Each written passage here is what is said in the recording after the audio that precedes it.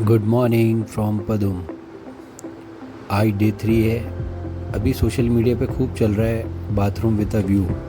तो देखिए आप, just check out the view from my bathroom.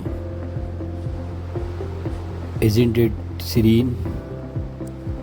क्या व्यू है यार। मैंने अपनी जर्नी की शुरुआत कर दी लेह के लिए और पदुम से मैंने बाय बाय कह दिया। क्या व्यूज़ थे, क्या रोड था, बड़ा ही मज़ा आ रहा था। और एक सनी मॉर्निंग थी ये, लेकिन बहुत ठंड थी यहाँ पर। सामने बर्फ़ से ढके हुए पहाड़ दिख रहे थे और मैं सीधी सपाट सड़क पे चलता जा रहा था। उसके बाद थोड़ी दूर पे जाके एक वैली मिली मुझे, बहुत ही खूबसूरत, बिल्कुल साइलेंट एंड सीरीन। यहाँ मेरा मन किया कि मैं थोड़ी देर रुकूं और अपना वक्त बिताऊं यहाँ पर, इस शांति को अपने अंदर समाऊं, एब्जॉर्ब करूं।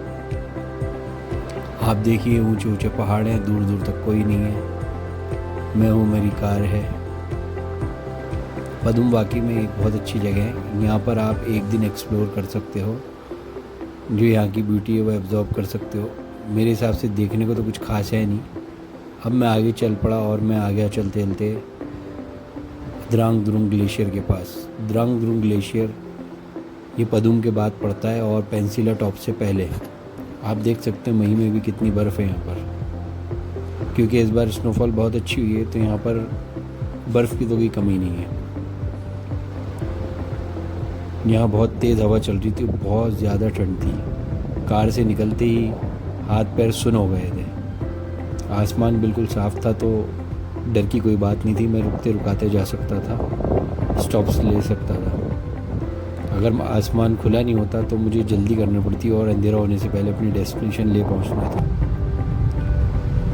यहाँ पेंसिला टॉप की शुरुआत हो गई। देखिए आप, कितनी बर्फ़ जमी और बर्फ़ की ऊंची ऊंची दीवारें हैं यहाँ पर। अभी आप आगे देखेंगे कि 20-20 फीट की दीवारें हैं। इतनी बर्फ़ है यहाँ मई के महीने में भी। तो आप सोच सकते हैं कि टेम्परेचर कितना होगा। मेरे हिसाब से यहाँ कम से कम -6 या 7 डिग्री टेम्परेचर था। लेकिन रोड्स के तो क्या ही कहने हैं ब्रो, सैल्यूट यू। यहाँ पर काफ़ी सारी आपको वाइल्ड लाइफ भी देखने को मिल जाती है, जैसे हिमालयन मार्मट और कई सारे बर्ड्स।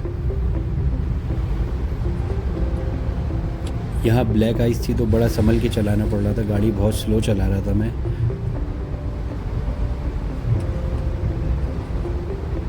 बहुत मज़ा आ रहा था। लेकिन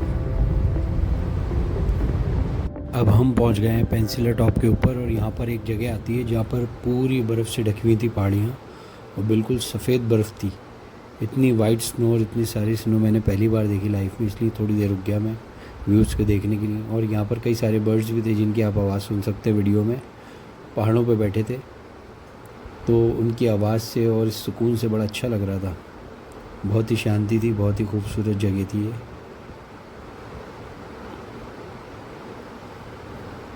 इसके बाद जिन बर्फ़ की दीवारों की मैं बात कर रहा था वो आ चुकी हैं। देखिए आप, कितनी ऊंची ऊंची बर्फ़ की दीवारें हैं। यहाँ पर वो जब वी मेट का गाना है ना, करीना कपूर सामने चलती है जिप्सी के सामने, वैसा सीन आप शूट कर सकते हैं अगर आप अपनी वाइफ या गर्लफ्रेंड के साथ हों तो।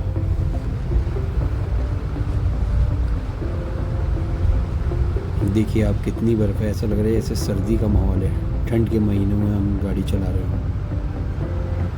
पेंसिला टॉप के बाद में पड़ती है रांगदुम मोनेस्ट्री। ये मोनेस्ट्री रोड से थोड़ा साइड हटके है और पहाड़ पे है, तो मैंने इसको स्किप कर दिया क्योंकि मुझे जल्दी लेह पहुंचना था। उसके बाद आती है सुरु वैली, जो बहुत ही ग्रीन है और बहुत ही आई प्लीजिंग है। यहाँ के पहाड़ों की फॉर्मेशन भी बड़ी अलग है। जो माउंटेन्स हैं वो ऐसे लगते हैं जैसे कोई अलग प्लैनेट के माउंटेन्स हो, अलग अलग कट्स लगे हैं। लेकिन रोड बहुत अच्छा है और वैली बहुत खूबसूरत है। हर जगह अच्छी व्यूज़ देखने को मिलते हैं और यही मेरे हिसाब से सबसे ग्रीन जगह है लद्दाख के अंदर, सुरु वैली। सुरु वैली के बाद हम चलते जाते हैं और कारगिल नज़दीक आने लगता है। बीच में छोटे मोटे विलेजेस आते हैं और सफ़र आपका और अच्छा खूबसूरत होने लगता है, क्योंकि यहाँ पर जहाँ भी आप नज़र डालेंगे पेड़ और नदी बहती हुई दिखेगी। सुरु वैली भी अपने आप में बहुत अच्छी जगह है, खूबसूरत जगह है। अगर आपको जल्दी ना हो और अगर आपका शेड्यूल अलाउ करे तो आप यहाँ रुक सकते हैं। सुरु वैली में भी एक दिन स्पेंड कर सकते हैं।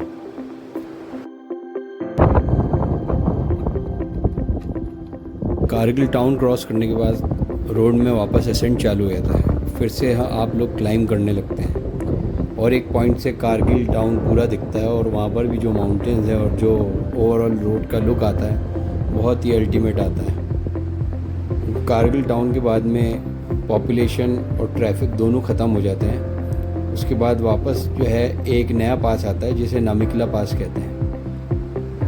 थोड़ी देर रुक के मैंने यहाँ पर इस माउंटेन्स की ब्यूटी को एंजॉय करा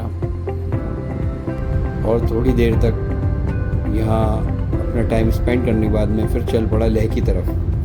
लेह की तरफ चलते चलते रोड्स और बेहतर हो जाते हैं और व्यूज़ और अच्छे हो जाते हैं। अब आगे लेह पहुँच के मिलते हैं आपसे।